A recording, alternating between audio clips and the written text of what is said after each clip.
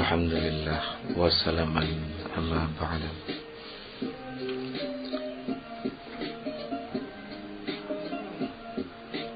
Dalam pergumulan jiwa kita sehari-hari, diakui atau tidak, seringkali terjadi perselingkuhan spiritual. Yang paling sederhana dari perselingkuhan itu, ketika kita sedang menutupi jiwa kita dari Allah, berakhir dengan tindakan kita melanggar aturan Allah.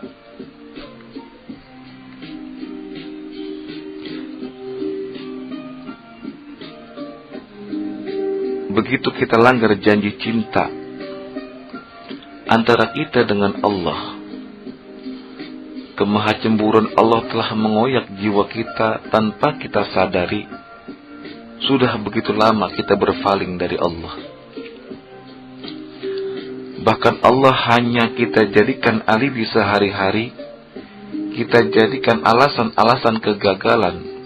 Kalau perlu nama Allah kita jual belikan dalam pasar kebudayaan dan politik, ataupun kepentingan nafsu lainnya.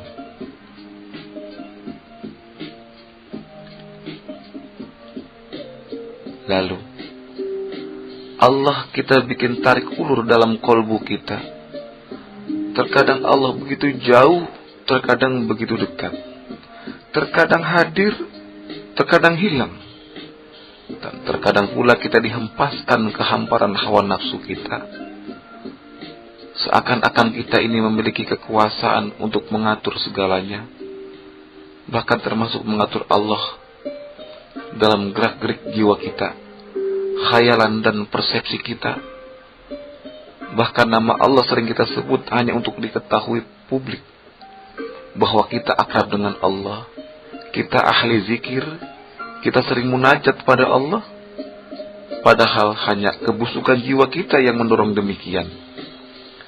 Seperti seseorang yang berteriak, saya lakukan ini lillahi ta'ala, saya ikhlas loh, ini demi Allah.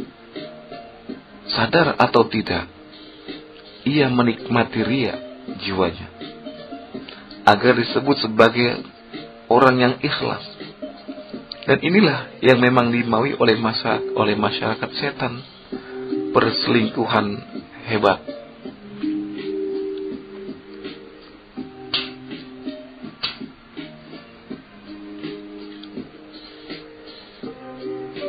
Hadirnya setan, keakraban iblis, dan gejolak-gejolak nafsu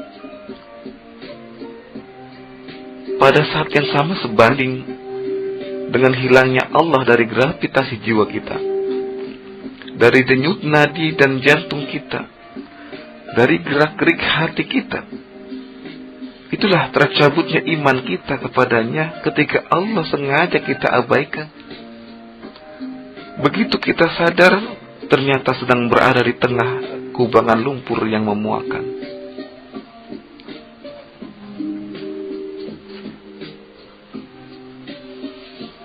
Allah memang hilang dalam kemunafikan kita. Allah juga hilang dalam kefasikan kita. Allah tidak hadir dalam kezaliman jiwa kita.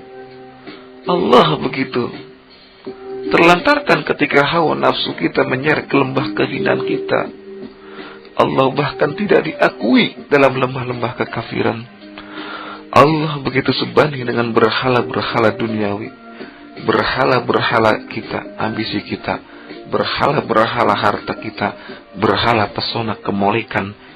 Dan itu juga jelas ketika kemusyrikan membuka pintunya lebar-lebar. Nauzubillah min dzalik.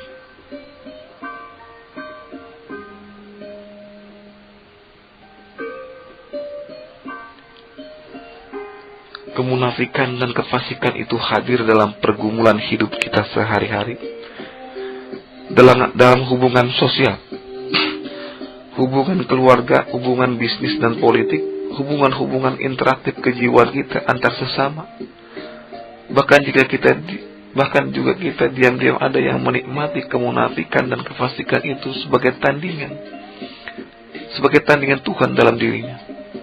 Lalu dengan begitu mudah Allah dijadikan bemper. Kita gagal memang sudah takdir Allah, Tetapi kalau sukses, wah ini berkat kerjasama kita semua, ini berkat kreativitas saya dan ide saya. Lalu Allah di mana? Kenapa keakuan bisa menghapus Allah? Apakah keakuan lebih besar daripada Allah?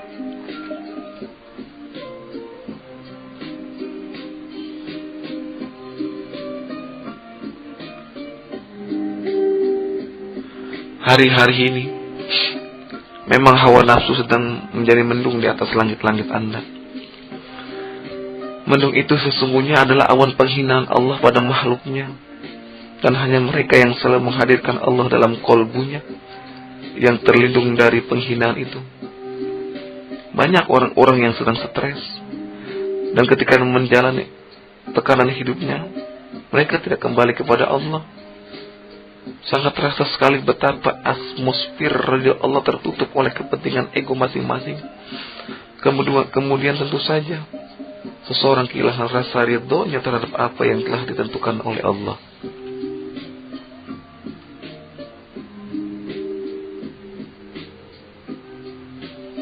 Hari-hari ini betapa sempitnya dada orang ketika rasa syukur telah hilang dari lembah jiwanya, apalagi mengembangkan senyum bunga di hatinya. Mereka lebih senang memuja egonya daripada memuja Allah atas nikmat-nikmatnya. Padahal Allah dengan segala cintanya tak henti-hentinya memanggil, ingatlah kepadaku, niscaya aku ingat kepadamu. Uzkurkum waskurini wala takfurun. Bersyukurlah engkau kepadaku dan janganlah engkau mengingkari diriku.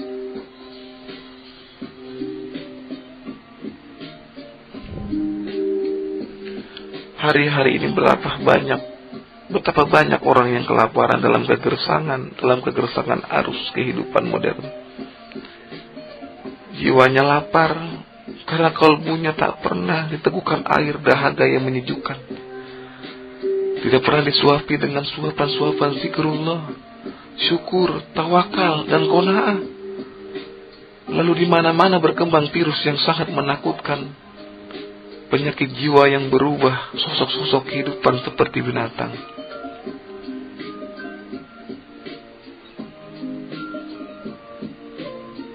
Hari-hari ini begitu banyak orang memburu kemuliaan, kebesaran, derajat-derajat.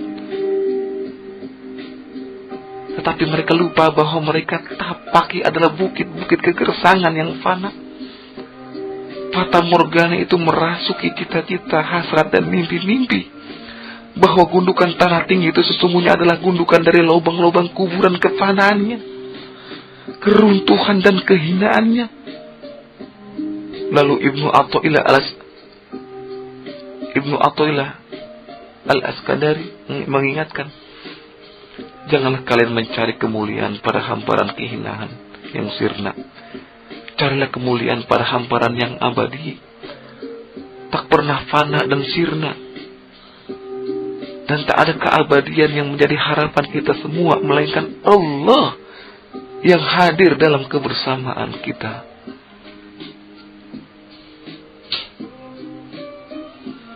Fafiru ilallah, kembalilah kepada Allah.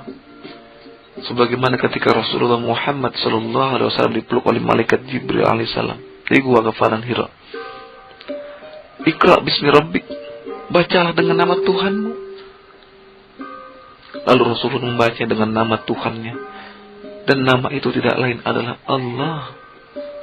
Rasul membaca dengan gemuruh Allah, Allah, Allah, sampai sekujur tubuh gemetar dalam kemadzuban ekstasi ilahiyah. Tetapi justru itulah Rasulullah SAW bisa mendudukan apa yang dituntun malaikat Jibril alaihissalam. Apakah Allah terus berubah diri Anda? Sesungguhnya yang berubah itu adalah diri Anda, bukan Allah. Asma, sifat, af'al, dan zatullah tidak berubah selamanya. Sejak dahulu hingga abadi kelak, Allah tetap sebagaimana adanya.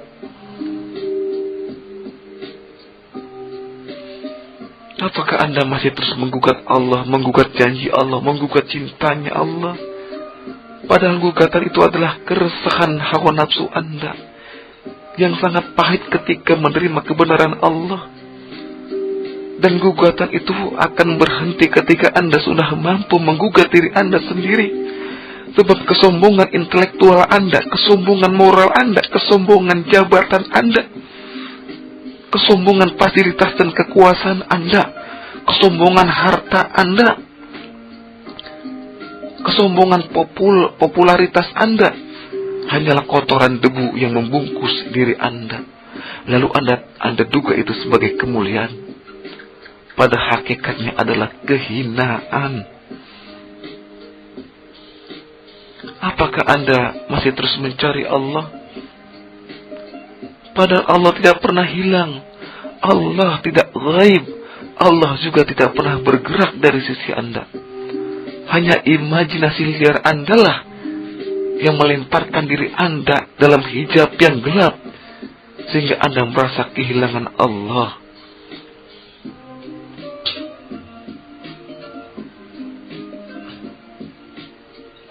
Atau apakah Anda juga masih menuntut sesuatu dari Allah? Ini sungguh tidak sopan, tidak etis, dan tidak punya adab di depan Allah. Karena Anda pasti sangat mencurigai Allah. Karena Anda pasti tidak yakin kepada Allah. Apakah modal kita, bekal kita, prestasi amal kita, sehingga kita punya hak menuntut Allah?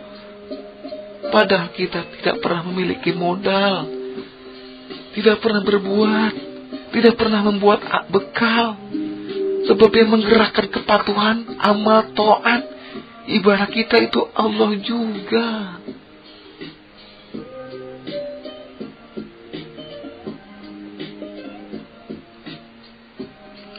Apakah Anda masih mencari pemenuhan hasrat itu kepada selain Allah?